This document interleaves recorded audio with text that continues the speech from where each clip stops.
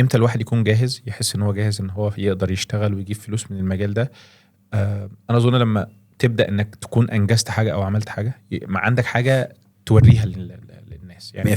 100%. يعني عندك تيست كيس كده، حتى لو كيس واحده، والله جربت اخترق الموقع الفلاني في ثغره 1 2 3، صح. استخدمت التولز الفلانيه، هو نفس اللي عملت انا بقول كذا. للناس، والله بالظبط. اعمل رايت ابس. رايت ابس ايوه. يعني ايه؟ اكتب لي بلوج كده عن اي ثغره يا عم، حتى والله لو ثغره لسه بدائيه، بس اشوف ان انت بدات تشتغل، اشوف انت بدات تكتشف بنفسك وتجرب وتغلط. هرجع لنفس النقطه، اشوف انت بتغلط. يس. فبتغلط انت بتتعلم. الغلط انما مش انت عيب، بعت لي الغلط مش عيب خالص خالص خالص خالص.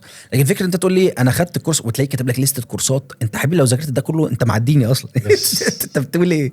تعالى بقى في الانترفيو مفيش. فهي الفكره كلها، اي حد والله العظيم احنا كتير من الناس اللي بنعينهم اصلا في دارك انتري بنعينهم من غيرهم هم ما يكلمونا ولا يقدموا. احنا بنشوف الرايت ابس بتاعتهم، مش الناس دي شاطره، تعالى يا باشا اشتغل معانا، احنا نروح لهم. في مثل حلو عندنا قوي يقول لك ايه اللي من ندر ويوفي. اه احنا عندنا ممكن نقول هنا اللي من التعليم وطبق.